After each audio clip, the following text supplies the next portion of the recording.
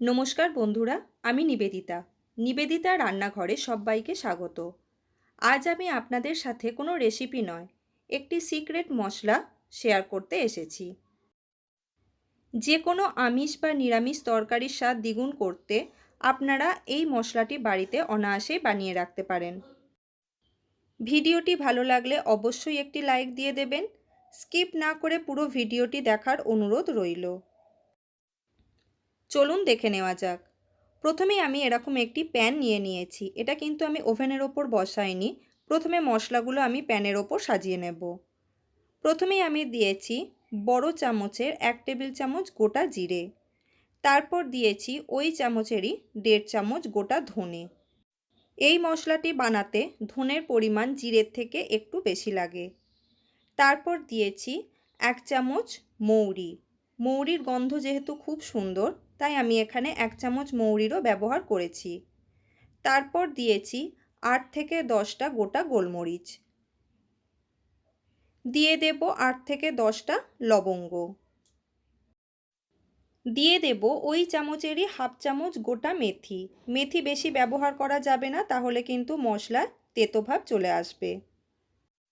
আমি যে পরিমাণ জিরে বা ধনে ব্যবহার করেছি সেই অনুযায়ী এই মেথির পরিমাণটা আমি দিয়েছি। আপনারা জিরে ধনের পরিমাণ অনুযায়ী মেথিরও পরিমাণ বাড়িয়ে বা কমিয়ে নিতে পারেন। এরপর দিয়ে দেব কয়েক টুকরো গোটা দারচিনি। তারপর দিয়ে দেব 6 থেকে 7টি ছোটো এলাচ। দিয়ে দেব 2টো বড় এলাচ। 2টো বড় এলাচি এই সমস্ত মশলার জন্য পারফেক্ট। তারপর দিয়ে দেব এরকম একটি তারা ফুল। আপনাদের হাতের কাছে তারা ফুল না থাকলে এটাকে স্কিপ করতেও পারেন। এবারে দিয়ে দেব জায়ফল। এর অর্ধেকটা জায়ফল আমি ব্যবহার করব। অর্ধেকটা জায়ফলও আমি এই মশলার সাথে অ্যাড করে দিলাম। এরপর আমি দিয়ে দেব তেজপাতা। এখানে 3টে তেজপাতা আছে, এগুলোকে আমি মাঝখান থেকে ছিঁড়ে দিয়ে দেব।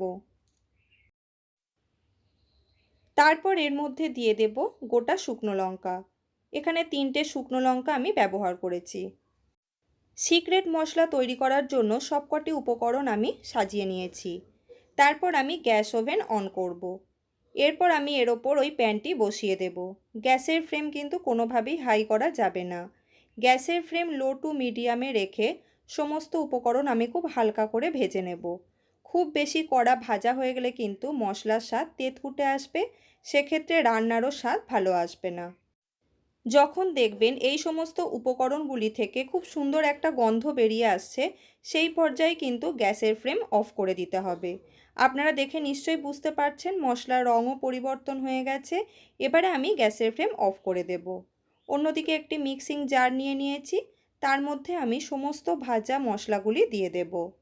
তবে খুব গরম অবস্থাতে এগুলো গুঁড়ো করব না, একটু ঠান্ডা হওয়া পর্যন্ত অপেক্ষা করব, তারপর এটাকে আমি গুঁড়ো করে নেব। যেহেতু এই মশলা আমরা অনেক দিন সংরক্ষণ করে রাখি, তাই মশলা যাতে জমাট না বেঁধে যায় তার জন্য আমি এর মধ্যে দিয়ে দিলাম হাফ চামচ কর্নফ্লাওয়ার। কর্নফ্লাওয়ার দিয়ে সমস্ত উপকরণ আমি এইভাবে খুব মিহি করে গুঁড়ো করে নিয়েছি। তৈরি হয়ে গেছে আমাদের সিক্রেট ভাজা মশলা। এই মশলাটি আপনারা যে কোনো নিরামিষ সবজির তরকারি বা মাছ মাংস যে কোনো তরকারিতে ব্যবহার করতে পারেন। খুব সুন্দর একটি গন্ধ বেরিয়েছে এবং রান্নার স্বাদও হয়ে যাবে দ্বিগুণ। এইরকম একটি পরিষ্কার কাচের শিশির মধ্যে আমি এটাকে ভরে রাখবো। এটা কিন্তু প্রায় 2 মাস পর্যন্ত সংরক্ষণ করা যায়। যে সমস্ত নতুন বন্ধু আজকে আমার এই ভিডিওটি দেখছেন, তাদের কাছে অনুরোধ রইল চ্যানেলটি সাবস্ক্রাইব করে নেওয়ার জন্য। আজ এই পর্যন্তই, ফিরে আসবো অন্য কোনো রেসিপি নিয়ে। ধন্যবাদ।